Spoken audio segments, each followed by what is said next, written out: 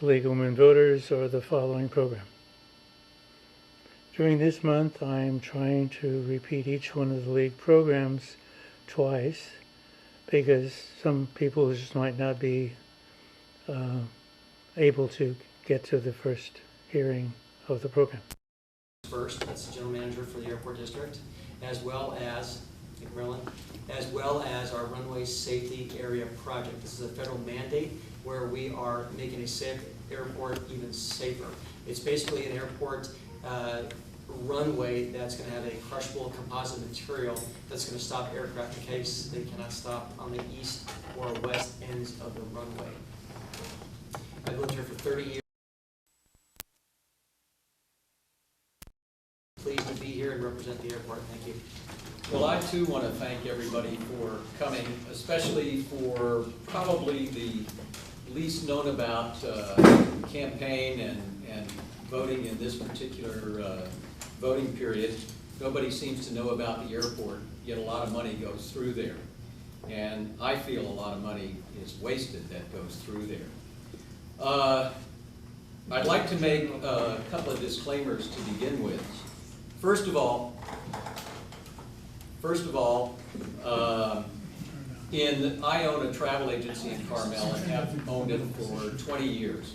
And we get offered what's known as FAM trips, which is like samples.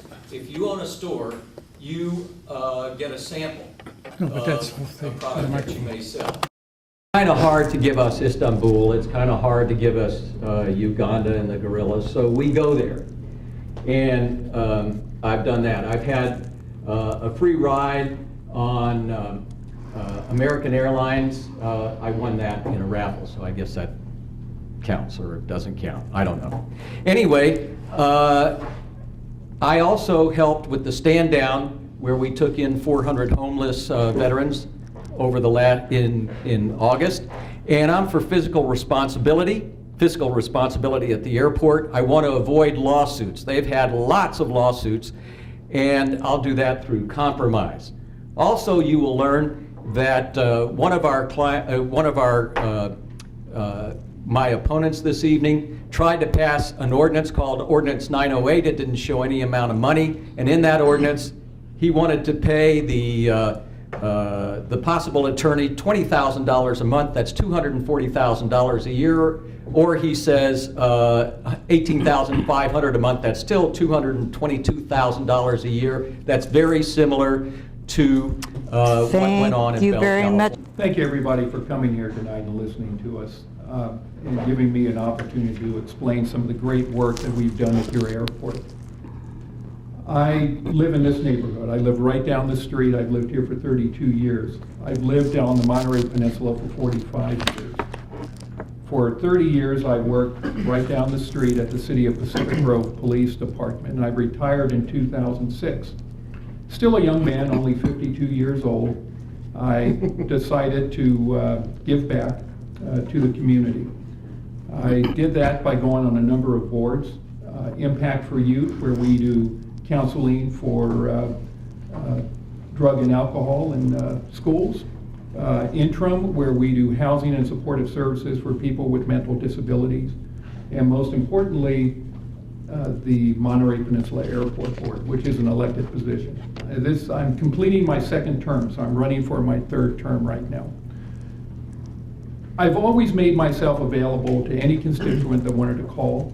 I've always listened to your concerns, and I've always done my best to answer your questions and see how I could intervene. When I went to the airport, my main concerns were, one, to modernize the facility, to make it economically more functioning, and to reduce the carbon footprint, and we have accomplished those, including air service. And I hope I have an opportunity to go into greater detail about those things. Sir, and each of them will have the same question.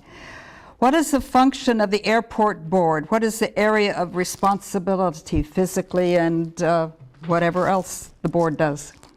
Well, that's a very good question. The airport board should represent each of you.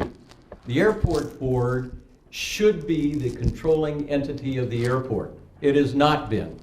They have allowed the tail to wag the dog.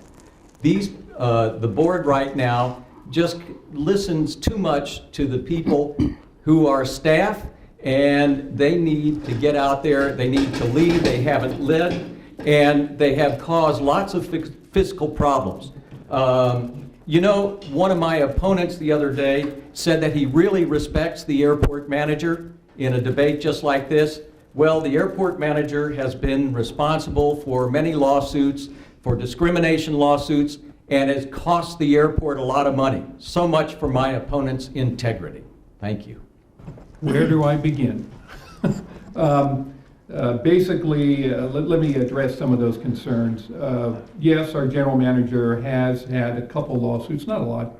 Not one lawsuit has been sustained. Just sort of a cost of doing business in government these days. You asked, what are the boundaries of the airport? This is a unique airport because it is owned not by a city or county, but by a population, a district that includes Del Rios, Seaside, Sand City, Monterey, Pacific Grove, Pebble Beach, Carmel. We're kind of like a city council. We have our own police. We had our own fire department, but we merged it with Monterey to save money. That's worked out well. And we're responsible for the final say for any development. So much like a city council, except nobody lives there, basically is what we do. Thank you. I agree with exactly with what Director Miller says. Our primary responsibility is setting direction and policy. At the airport district, we meet about 3 times a month. We are on ad hoc committees as well as standing committees. So I sit on the Air Service Development Committee. Director Miller sits on the Finance Committee. So our goal, not only in setting direction and policy, is also to do community outreach through various organizations, philanthropic ventures, reaching out with the chambers. I'm also happy to say that Director Miller and I were both recently endorsed by the Monterey Peninsula Chamber of Commerce, as well as the, what's the second one, Carl? Monterey County Business PAC and the Monterey County Hospitality Association. That's right, MCHA, the Monterey County Hospitality Association. So basically, our goal is to be your mouthpiece for setting direction and policy. So if something that you don't like occurs, then we help set Thank direction you. to staff. Thank you.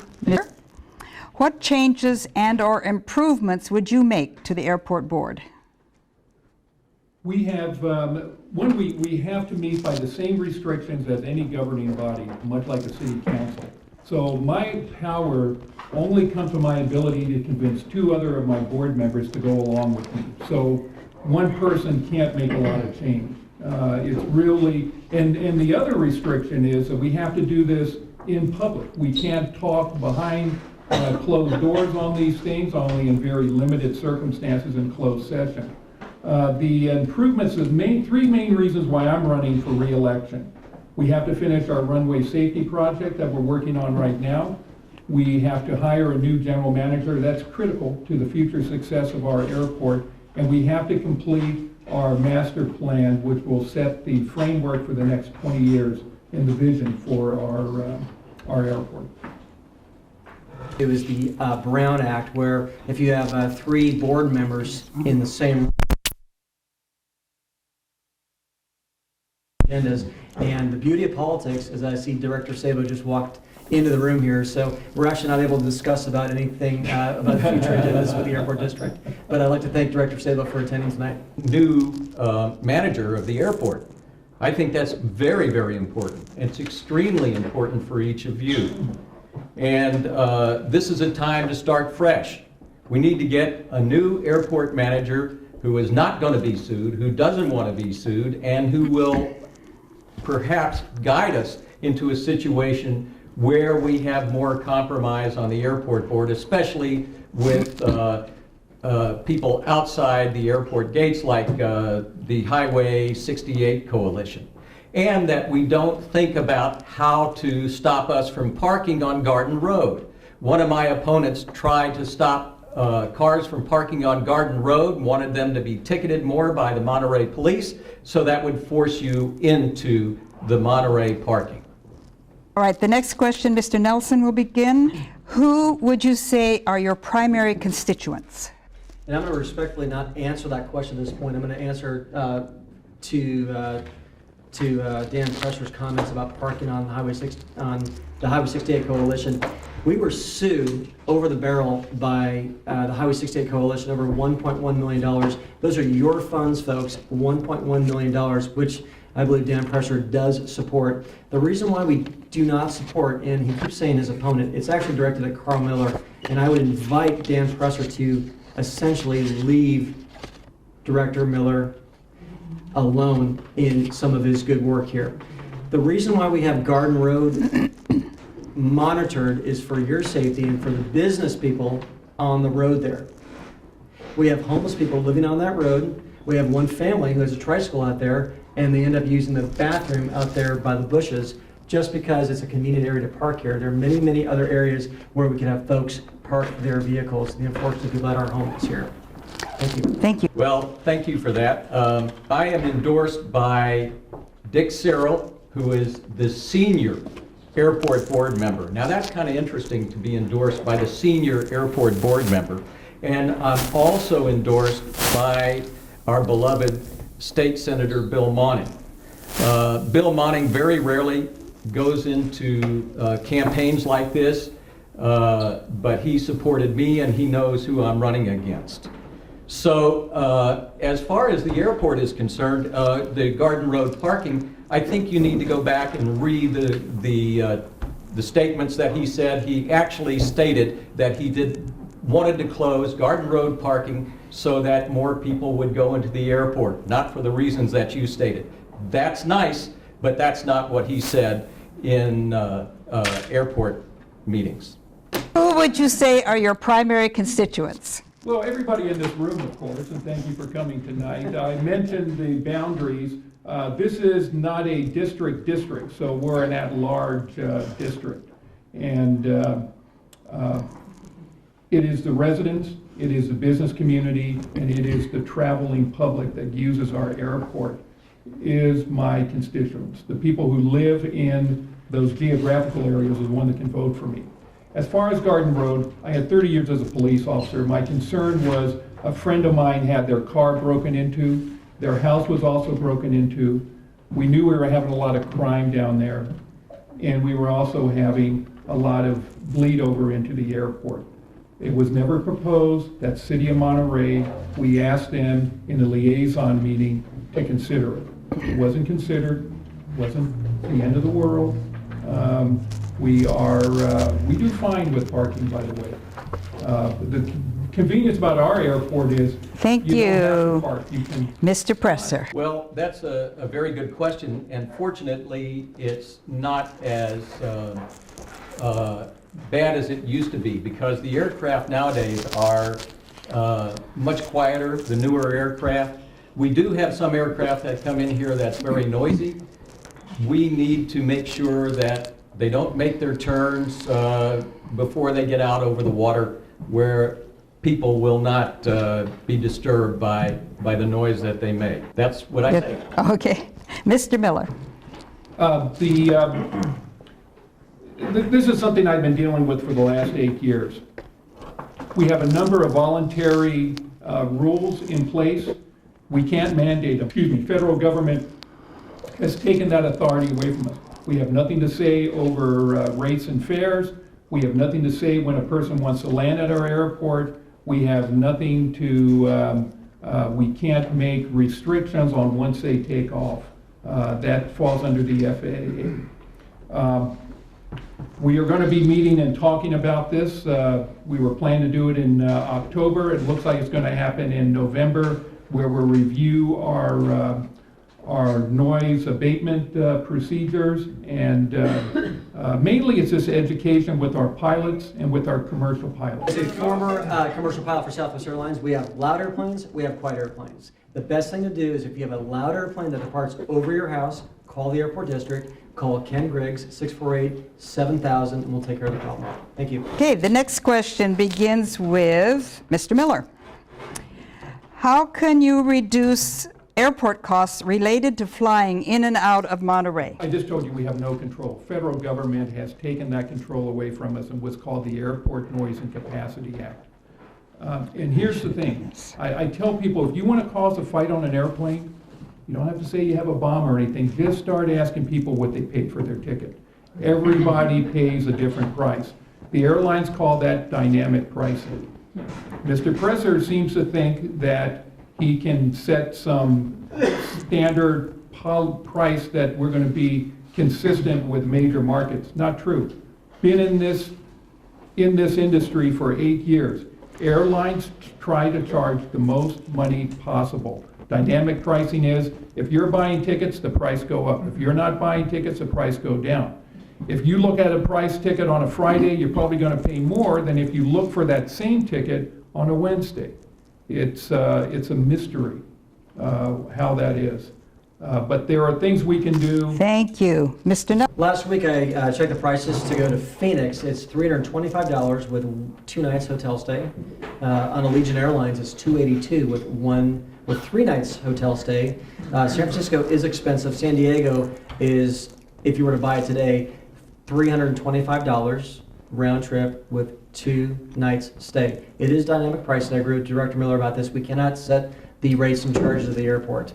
Because of our proximity to Bay Area airports, generally prices are higher. It's just a reality of living in a small area with a small airport. You'll never have frequency of flights such as where Southwest flies in the Bay Area.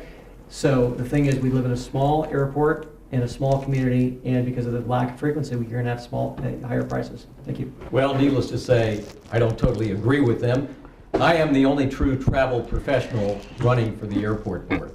Isn't that a shame that there's no travel professional representing the #1 user of the airport, and that's the passenger? Just because you're a pilot doesn't mean that you know the business of travel. It means you know how to get from A to B, and you might go to your hotel, you might see a site or two, but you don't know the business of travel. Now in New York, there are 3 airports. There's LaGuardia, there's JFK, and there's Newark. Those are common rated airports. Now wouldn't it be wonderful if we could be common rated with San Jose and San Francisco? Then we would pay the same price whether you're leaving from San Jose, San Francisco, or Monterey. You know, that would be absolutely wonderful. And to roll over and play dead means you're not trying hard enough. And I'm going to get out there, you elect me, and I will do something about it. Thank you. What sources of money does our airport have, and what % from each? I'm not sure what that means, but hopefully you all do. Sources of money? What sources of money does our airport have? Whoever wrote the question, can you elaborate, please? What funding does the airport have? Where does it get its money? Okay, thank you. And by the way, I'd like to mention that Dan Presser has not attended a single air service development meeting at all. To answer your question about the sources of funding, we receive federal funding. So the Runway Safety Area Project, we receive 90% of the funding for the airport Runway Safety Area Project. 10% is paid by our passenger facility charges. That would be fees derived by taxes from fuel flowage fees, landing fees, tenant fees on the north side of the airport. So we're basically a big landlord with a runway in the middle of it. So essentially, most of our money that you don't pay for is derived from us as a landlord. Thank you. Mr. Presser. Well, he left out a very significant portion. They get over $100,000 a year in your tax money. At a recent debate like this, one of my opponents said that there are no taxes at the airport. He was wrong. PFC is a form of tax. That's the passenger facility charge, and the taxes collected, the $100,000 a year that he overlooked when he mentioned that at that debate. So much for integrity. The airport, the money that they get, they need to hang on to. When I started going to the airport board meetings, they had a contingency fund, a rainy day fund of about $11 million. Now it's dropped down to about $3 million. Where did all that money go? How come it wasn't replenished? It went to lawsuits, it went to lawyers, it went to things that compromise could have settled. So Thank you. Mr. Miller. First off, I never said that we don't collect tax money. That's foolish. We do. What I said is we can't use our tax money to fund advertising. Our general operating budget is about 7.77 million. And then we have another 200,000 in district-funded projects and capital projects. Right now, we're right in the middle of a $50 million runway safety project. That money comes from FAA. We get about 120,000, 130,000 from tax money, and most of our fees come from rent that we charge. We're self-sufficient. We're like an enterprise zone. And we get a little bit of tax money from the county, and we get some, the grant money is paid for out of a trust fund that when you buy a ticket, that goes into a fund at FAA, and that's where we draw down our passenger facility charges. Okay, the and our next question other stuff. is for Mr. Presser. Will you work to get more competitive flights? For example, United Express recently dropped a popular evening flight. Oh, yes. You know, my background is advertising and marketing, and I'm hopefully pretty good at that, and I worked in the big time. And when I came down here and Alaska Airlines came here, I thought out of the box. I held a town hall meeting over at the Sunset Center in Carmel and to welcome Alaska Airlines here. What a great way to do it. We had people from all over the Monterey Peninsula. I think there were some people from as far away as Gonzales that came up to hear what Alaska Airlines had to say at this town hall meeting. Neither of these two people showed up. It was terrific. And at that, we found out that Seattle was the #1 question and the #1 market that the people in attendance wanted to go to. If I'm elected, I will get us Seattle, I will bring back Salt Lake City, and I will bring back Denver. I will work very hard. Thank you, to do Mr. that. Presser. Mr. Miller. The reason we lost Denver wasn't because people didn't fly it. The reason we lost Denver is because only 18% of the people were flying to Denver as a destination. They moved that airplane someplace else where they could make more money with destination flights. It's too bad we lost it. Air service development is one of our primary concerns.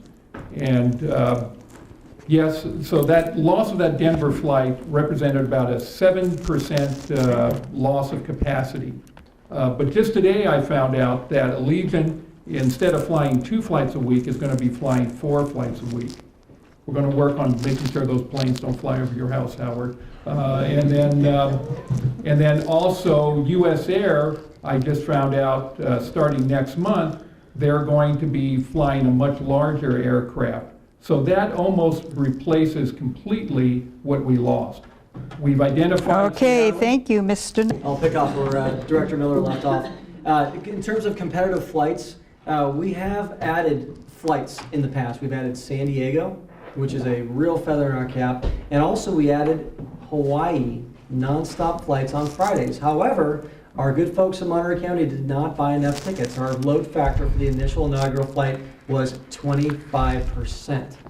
So we have worked so hard on our days off. We're essentially volunteers. Director Miller and I are essentially volunteers here at this airport. We work so hard in terms of going out to the community, going out to cities in terms of showing what a good airport this is. We work very, very hard with the chambers. But in terms of competitive flights, Mr. Presser is promising you false promises. You can't do that as a travel agent in Carmel with moribund business. The next question, we start with Mr. Miller. Are there any studies about radar microwave levels when airplanes are landing over New Monterey? My Wi-Fi stops working when the planes are landing. I'm sorry, radar microwave levels? That's what it says, yeah. Well, I will, Can we answer that? please, you know, radar, microwave transmissions are all over the place. It's just a fact of life. And probably the biggest transmitter is your cell phone that you carry and you put next to your head. But it's not a problem that I'm aware of. As a retired airline pilot, I really don't know how to answer that question as a radar microwave levels. So there's a radar facility out in Marina that shows the proximity of aircraft to other aircraft and also their proximity to terrain. But in terms of aircraft landing or taking off, aircrafts or jets or turboprops do not use microwave nor radar for taking off. So aircraft do not emit radar.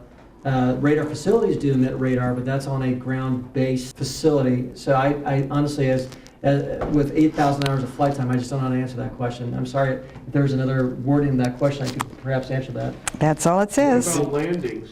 Well, no, well, Okay, landings. Aircraft do not emit radar when they land. They use TCAS, Did you which is Traffic stop? Collision Avoidance System, and that basically interfaces with other jets, but they don't use radar to okay. interface with other aircraft. Mr. Thank you. Presser. Well, that's a technical question, and I must admit, I don't know the answer to that technical question.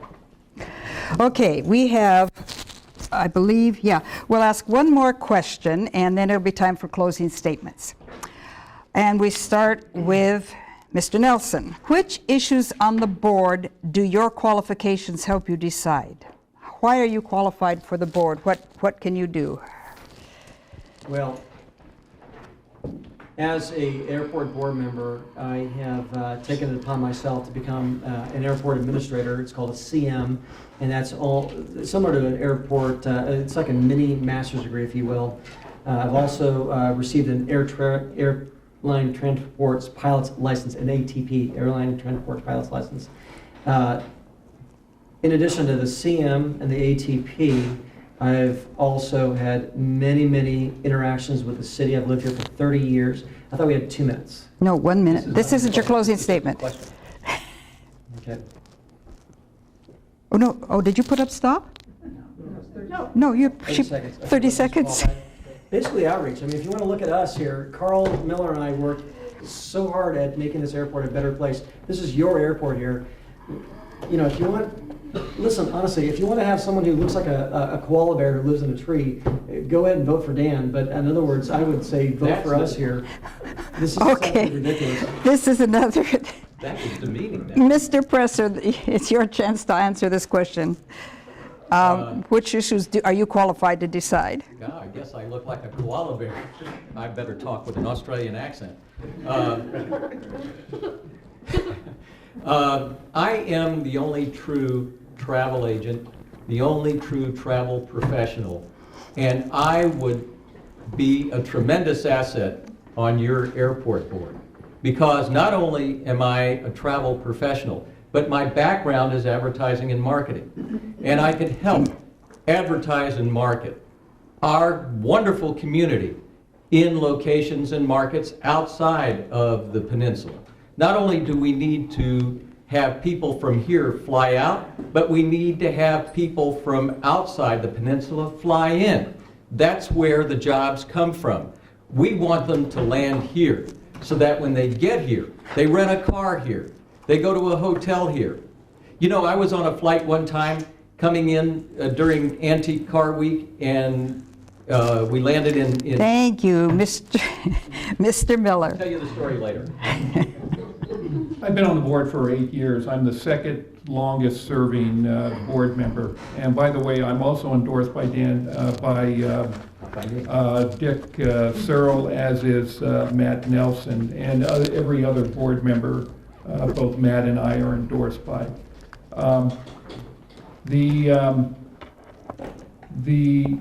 My qualifications are I have about 300 hours of training. I have a lot of knowledge, institutional knowledge of the airport, but you don't elect an airport director to run an airport. They're a governing and policy body. Our main job is to hire the right person to run your airport. And that's probably our biggest challenge next year. I know this industry, I know who these people are that are airport directors, and will be competing to work here. It's a desirable place to work. Okay, thank you. All right, now it's time What? 1 minute for closing or 2? Right, one. So it's time for each candidate to give a closing statement, and he has 1 minute for that statement. And we start with, who'd we start? We start with Mr. Miller, then to Mr. Presser, and then Mr. Nelson. Well, thank you very much again for coming here. It is a privilege, I mean this sincerely, to be your airport director. And I hope that you will give me another 4 years. These next 4 years are critical to the success of your airport. The master plan is important because this will set a 20-year vision of the airport. Hiring the right person to run your airport is critical, and finishing a runway safety plan is all critical. A minute doesn't really do justice to, one, answer some of the allegations thrown out here tonight, which don't have any merit. I hope you take the opportunity to call me. And I hope you also take the opportunity to visit my website, carlfordairport.com. I have some material on the back of the desk that will tell you the good things we've done. Like, we've reduced energy consumption by 50%. Thank you. Mr. Presser. Well, in closing, let's say that you are the owner of a business and you have an employee who tried to hide hiring an attorney for your business, and I have proof of it right here, and he tried to hide hiring of an attorney for your business at $18.5 to $20,000 a month. That's a lot of chunk of change. And this employee wrote an op-ed piece in the Herald in which he said that a judge was bad and that the airport is basically unsafe. If you had an employee who did these things behind your back, would you want to hire that employee? That answer is up to you. What I think you should do is hire me. Thank you. And Mr. Nelson, I'm sorry, Mr. Miller.